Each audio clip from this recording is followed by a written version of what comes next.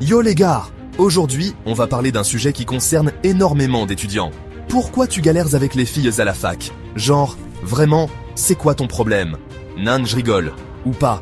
Plus sérieusement, t'es peut-être dans une situation où tu te retrouves toujours dans la friendzone, ce purgatoire sans fin. Ou pire, t'arrives même pas à aborder une fille, tu stresses, tu bégayes, tu transpires. La totale. Et le pire du pire, c'est quand les filles te calculent même pas. Genre, tu n'existes pas. Bon, t'inquiète pas, respire, on est là pour toi. Aujourd'hui, je vais t'expliquer pourquoi tu galères. Et surtout, le plus important, comment régler ça. On va décortiquer ensemble les erreurs que tu fais peut-être, et je te file mes techniques secrètes pour devenir un vrai Don Juan de la fac.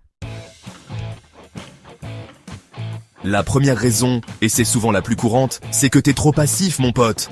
Le prince charmant qui attend sa princesse, c'est fini. Tu crois vraiment que les choses vont se faire toutes seules? Que la fille de tes rêves va débarquer avec un éclair de lumière divine et te déclarer sa flamme? Frérot, dans 99% des cas, ça n'arrivera pas.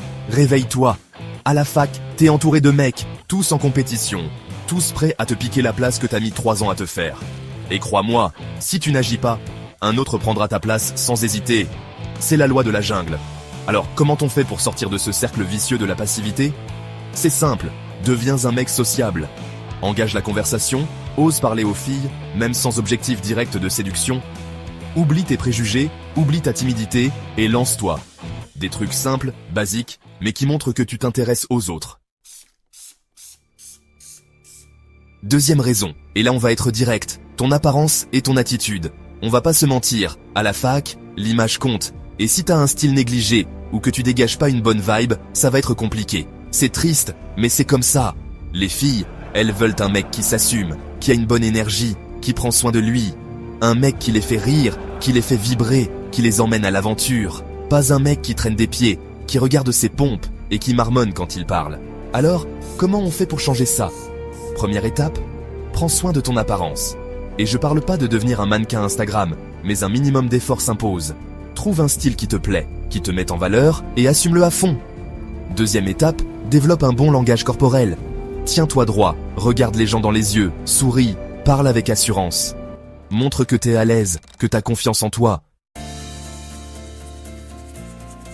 Troisième raison, et c'est peut-être la plus frustrante, tu galères peut-être parce que tu ne captes pas les signaux d'intérêt. Les filles, c'est pas toujours facile à comprendre, on est d'accord. Elles ne vont pas toujours te dire directement « Viens me parler, je te trouve mignon ». Non, elles sont beaucoup plus subtiles que ça. Par contre, elles vont te donner des indices, des petits signes qui montrent qu'elles sont intéressées. Le problème, c'est que si tu n'es pas attentif, tu risques de passer à côté. Et là, c'est le drame. Alors, comment on fait pour décoder ces fameux signaux? Déjà, il faut observer. Est-ce qu'elle te regarde souvent en cours? Est-ce qu'elle rit à tes blagues, même les plus nulles?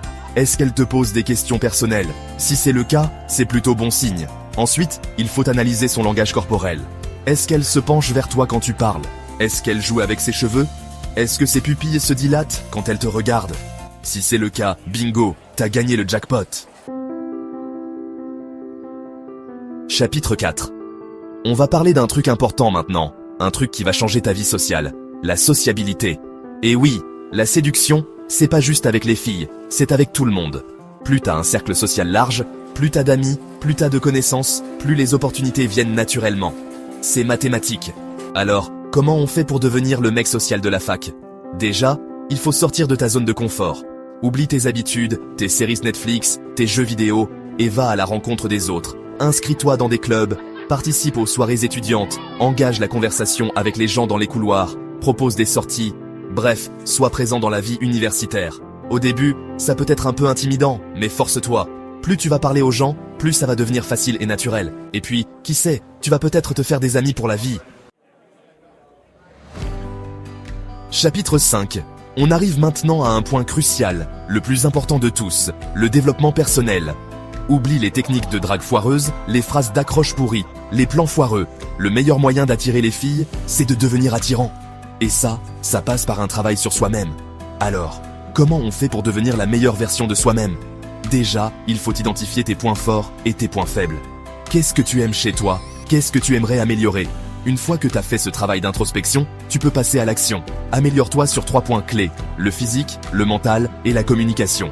Pour le physique, pas besoin de devenir un bodybuilder, mais un minimum de sport, une alimentation saine, un bon style vestimentaire, ça fait toujours son petit effet.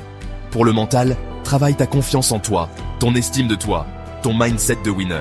Et pour la communication, apprends à parler avec aisance, à raconter des histoires captivantes, à faire rire les gens.